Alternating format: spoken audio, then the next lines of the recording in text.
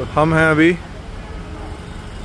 पता नहीं क्या लिखा है, रिसेप्शन तो ठीक है, KSTDC में।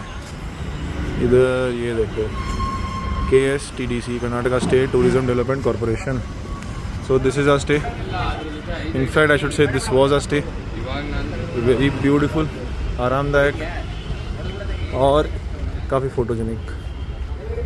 चलो जी, बढ़िया पैकअप, बढ़िया गवर्नमेंट का स्टे है, A1 service, A1 food, A1 location है, मस्त से प्राइम, हर चीज़ यहाँ से 2 kilometre. And so this was about our Mysore stay. Now we are off to Madikeri, that is Kurg, but on the slight way we have some work in Mysore. I'll tell you later. But अभी हम जा रहे हैं टीपू सुल्तान की capital में, श्रीरंगपट्टनम। देखेंगे रास्ते में, बताते इस बारे में और and how Mysore dynasty played a role in India's history. We'll see.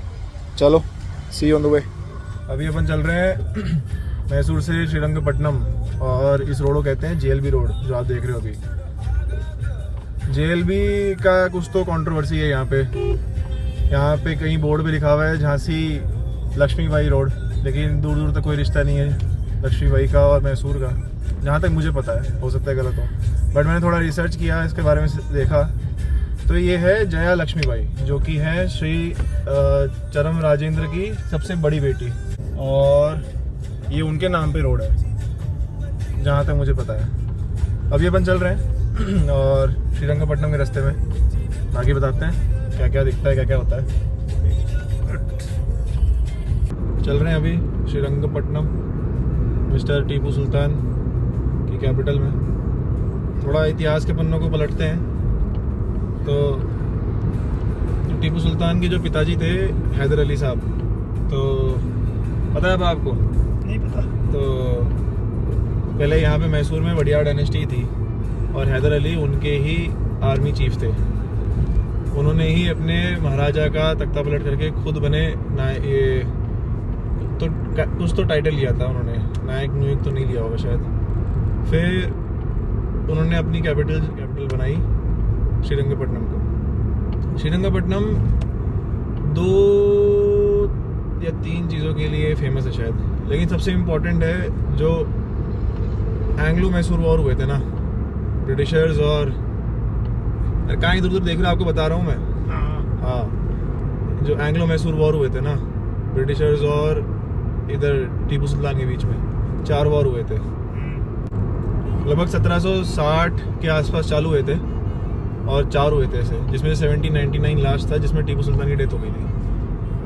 शुरू के 2 में टीपू भारी पड़ा था उन पे, ब्रिटिशर्स पे।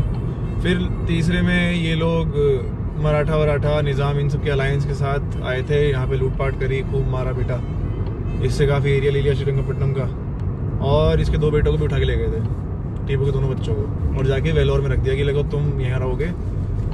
तो ये लोग क्या करते थे, इनके नवाबों के, राजाओं के बच्चों को है ना ऐसे मारते वारते नहीं थे, इनको पेंशन ऑफ कर देते थे। पेंशन ऑफ का मतलब हो गया कि कैपिटल से बहुत दूर जाओ और वहाँ पे तुम लोग कोई म्यूटिनी वगैरह नहीं करोगे, किसी राजा से कोई डील वील नहीं करोगे। क्या गाड़ी है मस्त। और बस यही था, तो उसके बच्चों को भेज दिया। ये तीसरा वाला वॉर था, 4थे वॉर में टीपू हार ही गया। तो ये जो एंग्लो मैसूर था ना, ये इसलिए इम्पोर्टेंट है बहुत ज़्यादा, क्योंकि इसने रास्ता साफ कर दिया ब्रिटिशर्स का साउथ इंडिया में कैप्चर करना पूरा। क्योंकि टीपू, मराठास, ये लोग क्या है, बहुत स्ट्रॉन्ग फॉर्मिडेबल फोर्सेस थी इन लोगों के सामने। मराठास तो लास्ट तक रहे, मराठास आखिरी पावर थी जब ब्रिटिशर्स थे। अब तक लास्ट कैपिटल इंडिया की जो दिल्ली थी वो मराठा ही संभाल रहे थे। तो मराठास को हराना इतना आसान इसलिए हो गया क्योंकि ये टीपू भी हार गया, फिर मराठास को अलग आर्थर वेलेस्ली और ये लोग जो हैं इन्होंने हरा दिया। तो टीपू का हारना इसलिए इम्पोर्टेंट था कि भाई ये रास्ता एकदम साफ हो गया कि हाँ यहाँ वैसे कर सकते हैं काम।